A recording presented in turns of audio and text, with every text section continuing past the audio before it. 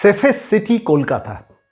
NCERT রিপোর্টে বারবার বেরোয় কলকাতা হচ্ছে সবথেকে নিরাপত্তায় মোড়া একটি শহর। ঠিক, আমরা গর্বিত বাঙালি, আমরা সেটা ধুয়ে জল খাই। আমরা সংবাদ মাধ্যমে যখন কথা বলি এনসিআরটির রিপোর্টে কলকাতা শহরকে সেফেস্ট সিটি মনে করছে তথ্য।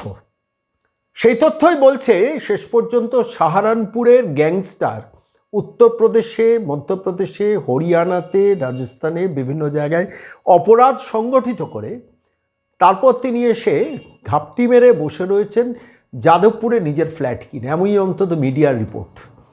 এই পশ্চিমবঙ্গে আমরা দেখেছি জাভেদ মুন্সি সুদূর কাশ্মীর থেকে এসে পশ্চিমবঙ্গের ক্যানিংয়ে বসেছিলেন। বাংলাদেশ থেকে সাদ রাডিরা এসে এখানকার ভোটার হয়ে বসে থাকেন। আর এখানে এমন একটি ব্যক্তি যার নাম সঞ্জয় সিনহা, তিনি হচ্ছেন ইউপির কুখ্যাত গ্যাংস্টার। তাকে ধরার জন্য উত্তরপ্রদেশের পুলিশ আসে, সাহারানপুরের পুলিশ আসে, কলকাতা পুলিশকে জানায়, তারপরে রেড করে, তারপর যাদবপুরের সেই বহুতল অট্টালিকায় যায়, সেখান থেকে তাকে গ্রেফতার করে এবং গ্রেফতার করে শেষ পর্যন্ত ট্রানজিট রিমান্ডে নিয়ে যাওয়া হচ্ছে তাকে উত্তরপ্রদেশের মাটিতে দাঁড়িয়ে। আমরা ব্যঙ্গ করি না, বিদ্রুপ করি না যোগী রাজ্য বলে। সেই যোগী রাজ্যে অপরাধ সংগঠিত করে পশ্চিমবঙ্গকে নিশ্চিন্ত নিরাপত্তার জায়গা মনে করা হয়। যেভাবে বাংলাদেশের আনসারুল্লাহ বাংলা, জাসিমউদ্দিন রহমানির বাহিনী কিংবা জামাতরা এই পশ্চিমবঙ্গকে সেফেস্ট সিটি মনে করেন, যেভাবে মুজিবুর রহমানের হত্যাকারী দিনের পর দিন পার্ক সার্কাসে মাস্টার সেজে বসে থাকেন, তিনিও সেফেস্ট সিটি মনে করেন। নিউ টাউনে যখন অপরাধ সংগঠিত করে উত্তর ভারত থেকে এসে নিউ টাউনের অট্টালিকার মধ্যে ঢুকে বসে থাকেন, কিংবা ধরুন সাম্প্রতিককালে রাজস্থানের জিমের মালিককে হত্যা করে এই পশ্চিমবঙ্গের মাটিতে দুষ্কৃতীরা চলে আসে, কিংবা ধরুন বিহারের মাটিতে একদম শটান সেখানকার হসপিটালের মধ্যে হত্যা সংগঠিত করে এই পশ্চিমবঙ্গে তারা সেই গ্যাংস্টাররা তারা এসে সেফেস্ট সিটি মনে করেন। আসলে কলকাতা হচ্ছে সেই শহর, পশ্চিমবঙ্গ হচ্ছে সেই শহর অপরাধীরা মনে করে আমি অপরাধ সংগঠিত করে এইখানে শান্তিতে বসবাস করব।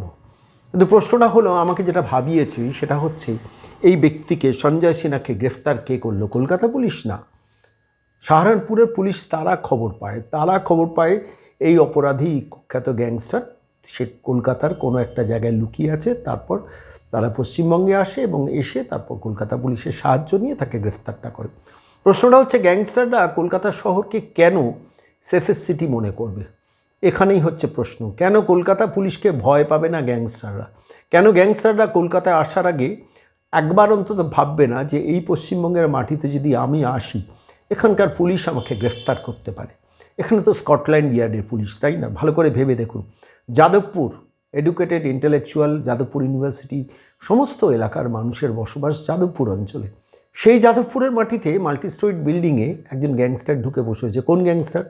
যে গ্যাংস্টার কীভাবে অপারেট করতে জানেন, বিভিন্ন বড় বড় কোম্পানির টেন্ডার পাচ্ছে বলে সেই টেন্ডারগুলোকে হাতানোর চেষ্টা করে সেখানে সাব টেন্ডার দিয়ে কোনো একজন ব্যক্তিকে অ্যাপয়েন্ট করে প্রথমে তাকে কিছু টাকা দিয়ে কাজটা শুরু করিয়ে পরবর্তীকালে তাকে টাকা দেওয়াটা বন্ধ করে দিত। এইভাবে কোটি কোটি টাকা প্রতারণা করতো এবং তারপর বিভিন্ন জায়গায় ফ্ল্যাট কিনতো, গিয়ে সেখানে বসবাস করতো। এই মুহূর্তে সাহারানপুর পুলিশ, আমি যা খবর পেলাম, প্রায় 10টা এমন মামলায় অভিযুক্ত সঞ্জয় সিনহাকে গ্রেফতার করে নিয়ে চলে গেছে। কেন পশ্চিমবঙ্গকে মনে করা হবে না যে পশ্চিমবঙ্গে একটা প্রশাসন আছে, একটা পুলিশি ব্যবস্থা আছে, এখানে রাজীব কুমার আছেন, এখানে মনোজ ভার্মা আছেন। আমি অপরাধ সংগঠিত করে অন্য রাজ্য থেকে আমি এখানে আসতে পারি না, আমি এখানে এলে এখানকার পুলিশ আমাকে ধরতে পারে? কেন এই জিনিসটা হবে না? সাম্প্রতিককালে একটা এপিসোড আপনাদের কাছে করেছিলাম, খবরটা কি জানতেন সেগমেন্টে। এইসব খবর নিয়ে তথাকথিত ইলেকট্রনিক্স মিডিয়া, বড় সংবাদ মাধ্যম বা বড় সংবাদপত্র প্রথম পৃষ্ঠায় খবরটা করে না, কিন্তু খবরটা তো ভাবানোর মতো খবর। আমি বারবার আপনাদের কাছে বলেছি, এই পশ্চিমবঙ্গের মাটিতে আল কায়দা এসে এনআইএ ধরে নিয়ে যায়, popular front of India NIA এসে ধরে নিয়ে যায়, সাদ রাডিদের ধরার জন্য আসে অসমের এসটিএফ, মানে তাকে আইডেন্টিফাই করিয়ে দেওয়ার জন্য। জাভেদ মুন্সিকে আইডেন্টিফাই করিয়ে দেওয়ার জন্য, ধরার জন্য আসে কাশ্মীরের ফাঁড়ির পুলিশ। এই পশ্চিমবঙ্গের পুলিশ পারে নাকি? তাদের অক্ষমতা, তাদের সক্ষমতা নেই? তারা কি চেষ্টা করলে পারে না? অবভিয়াসলি পারে, অফকোর্স পারে, কিন্তু করে না কেন? প্রশ্নটা হচ্ছে এখানকার পুলিশি ব্যবস্থাটাকে ওই নবান্নের 14 তলার মহিলা এমন সিস্টেমে গড়ে তুলেছেন, তাদের কাজ হচ্ছে শুধু অপোজিশন লিডারদের পেছনে লাগা, তারা কে কোথায় যাচ্ছে, কার সঙ্গে কথা বলছে, কী করছে সেই দিকে নজর দেওয়া। কিন্তু অপরাধীরা এসে কলকাতা শহরে ঘাঁটি গাড়বে আর আমরা কেউ কিছু জানবো না। কিছুদিন আগে আপনাদের কাছে একটা প্রতিবেদন পেশ করেছিলাম, যেখানে মার্কিন যুক্তরাষ্ট্রে বসে একজন সিনিয়র সিটিজেন মহিলা প্রতারিত হচ্ছেন, তাঁর প্রতারককে ধরা হচ্ছে কলকাতার কোনো একটা নির্দিষ্ট বহুতলের ওপর থেকে। যদিও কলকাতা পুলিশ সেখানে অপারেটিভ পার্টে থেকেছে, কিন্তু এই কলকাতাকে এই অপরাধীরা সেফেস্ট সিটি মনে করবে কেন?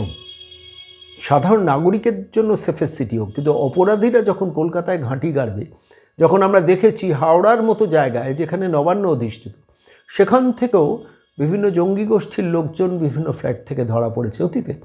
আপনারা দেখেছেন মাস্টারমশাই সেজে বসেছি। অগুন্তি ইতিহাস, প্রতিদিন প্রতি ঘন্টায় এরকম টুকরো টুকরো খবর নিয়ে আমরা ফিরে আসি।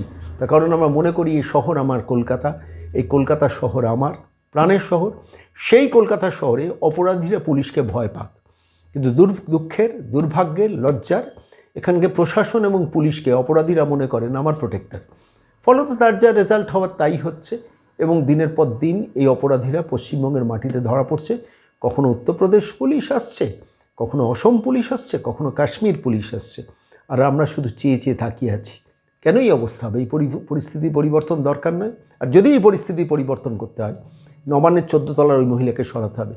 কারণ উনি যতদিন থাকবেন এই পশ্চিমবঙ্গের মাটিতে, এই অপরাধীরা মনে করবেন আমার ছাতা আমার মাথায় আছে। আপনি কি চান 2026কে সামনে রেখে ভাববেন?